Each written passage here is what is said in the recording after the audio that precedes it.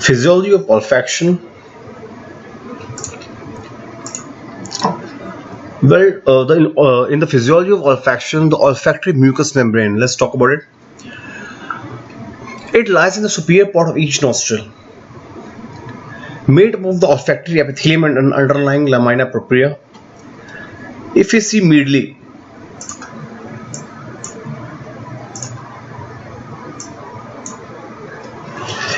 the medial wall, the olfactory membrane folds downward along the surface of the superior septum.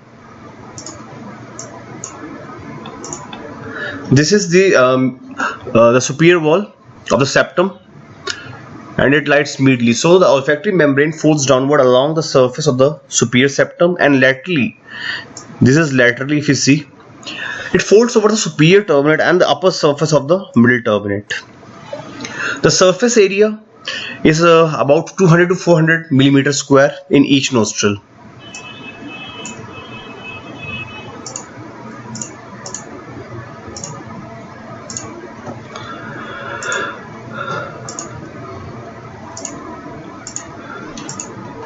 Now the olfactory epithelium basically consists of the three types of cells. It is the receptor cells, the supporting cells, and the basal cells. Now in this diagram you can see there are three types of cells: the receptor cells, the supporting cells. Yes, in this diagram this is the lamina propria. Here you can see this is the cribriform plate, the olfactory bulb, the olfactory epithelium, the nasal cavity. This is basically the lateral side, the olfactory epithelium. So what it consists? The basal cells. One need to understand that basal cells basically these convert into the olfactory cells and the supporting cells. The main action of the basal cell that it converts into supporting and the olfactory cells. Here, so you can, from above downward, we can see these are the axons of the olfactory nerve. They're transecting the cribriform plate. Here is the lamina propria. This is the Bowman's gland. Basically, the main function of the Bowman's gland is to produce the mucus. This is the lamina propria. These are basal cells. These are supporting cells. These are the receptor cells. These are the cilia. So each receptor cells basically consists of 4 to 24 cilias, and this is the mucus layer.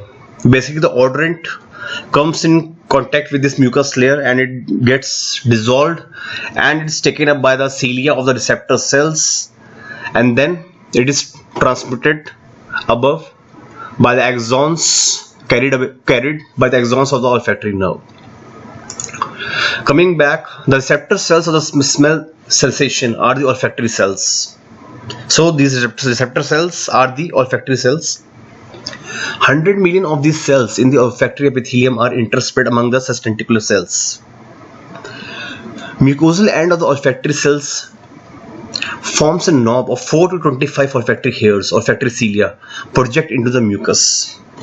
So here you can see this is the cilia, 4 to 25 of the olfactory cells.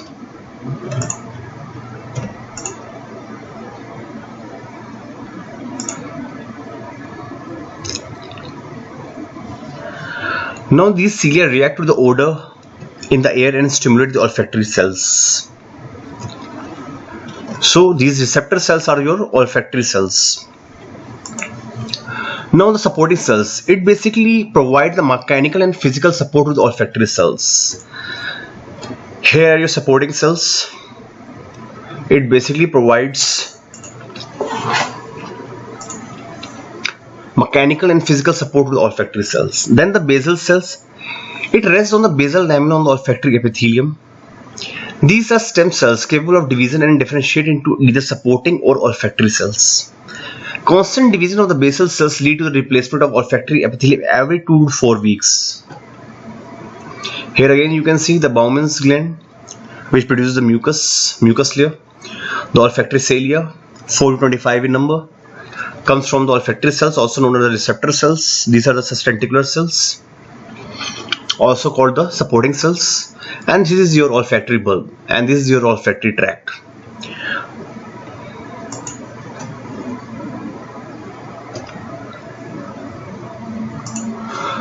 Again, you can see these are the microvilli,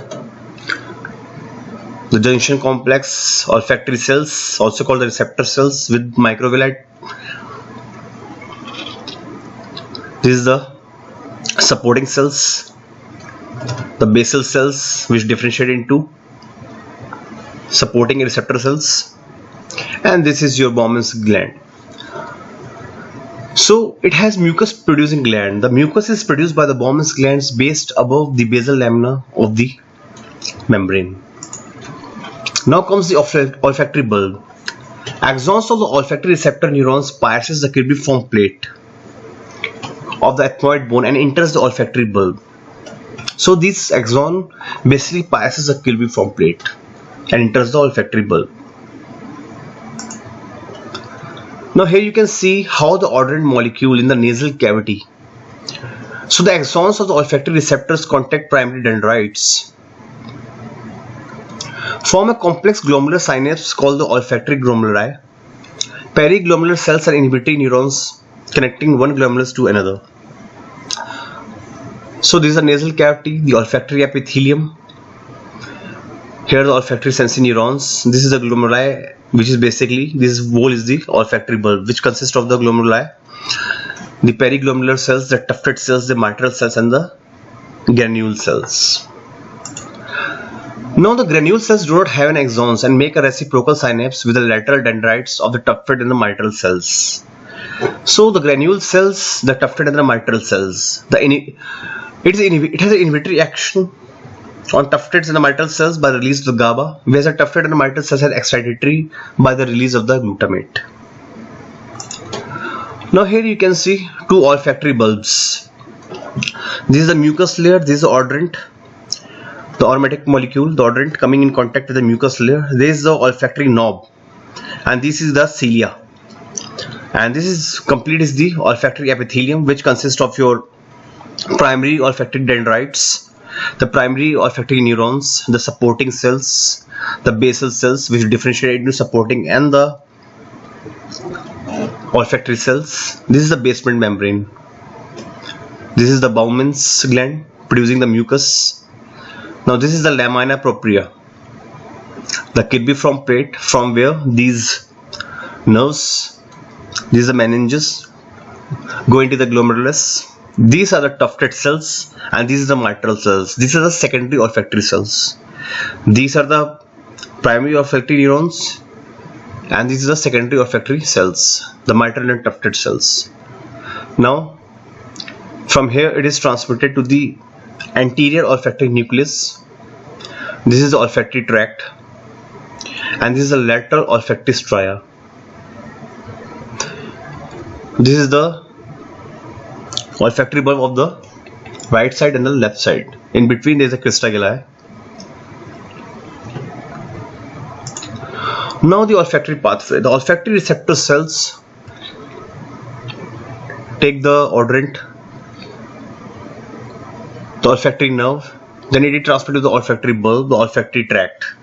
From this olfactory tract, it goes into the medial olfactory area and the lateral olfactory area. In the medial olfactory area, the septal nuclei, it goes to the hypothalamus and the limbic system. This is the primitive part. This is a very old olfactory system. From lateral olfactory area, the piriform cortex, prepiriform cortex, the amygdala, it goes to the limbic system, the hippocampus, and from here lateral olfactory area, thalamus, to the orbitofrontal cortex, nervous system. Now here we need to understand that the olfactory tract transmits smell to mainly three regions of the brain: the frontal cortex, the hypothalamus and amygdala, and the hippocampus. The frontal cortex is basically for the conscious perception of the smell. The hippocampus, is for the odor memory, and hypothalamus and amygdala is basically emotional and motivational aspect of the smell. So these are the system. Then stimulation of the olfactory cells. The odorants come in contact with the olfactory membrane and diffuses into the mucus, binds with the receptor protein in the membrane, Receptor protein coupled with a G protein plus odorant, the alpha subunit. This activates the adenyl cyclase. The intercellular ATP is converted to CMP and activates the gated sodium ion channel, allows the sodium inflow into the cytoplasm. Excites the olfactory neuron, transferred action potential into the sinus by the olfactory nerve. Here we can see this pathway. See. First of all, this odorant molecule, it comes in contact with the G protein. The receptor protein coupled with alpha G protein plus the odorant, the complex is formed. This basically activates the adenyl cyclase, which further converts the intercellular ATP to CMP, which is the second messenger, and which activates further the activated gated sodium ion channels, allowing the sodium inflow into the cytoplasm. The sodium inflow into the cytoplasm, which excites the olfactory neurons, transferring action potential into the CNS by the olfactory nerve.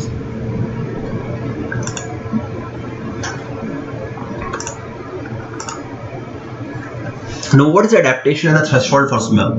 Adaptation. Olfactory receptors adapt about 50% in the first second or so after stimulation. Thereafter, they adapt very little and very slowly. Still, smell sensation adapt almost to excitation within a minute or so after the entering a strong odorous atmosphere. Threshold for smell. Olfactory responses shows both variations in the thresholds and adaptation. Threshold concentration can vary by 10 raised to 10 depending on the chemical nature of the stimuli. The threshold of the perception is low, then the identification of smell is sensed before it is recognized. Now the trigeminal input. Most smell is independent of the trigeminal nerve, but at high concentration, irritation occurs and is a factor in detecting the intensity of certain compounds such as the butyl acetate and may account for 30% of the odor intensity. Patients who are anosmic notice only sweet, sour, salt and bitter and irritation. Irritation contributes to the nature of the smell. Now the vomeronasal organ.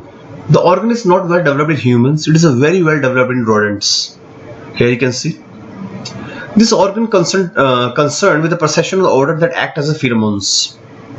There is evidence of pheromones in humans and a close relationship between smell and sexual function.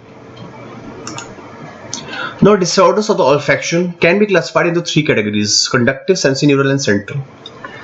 In conductive, due to the obstruction in the nasal cavity, can be relieved by the removal of cause. Sensorineural damage to the neuroepithelium, it has a poor prognosis, and central damage to the CNS, central nervous system.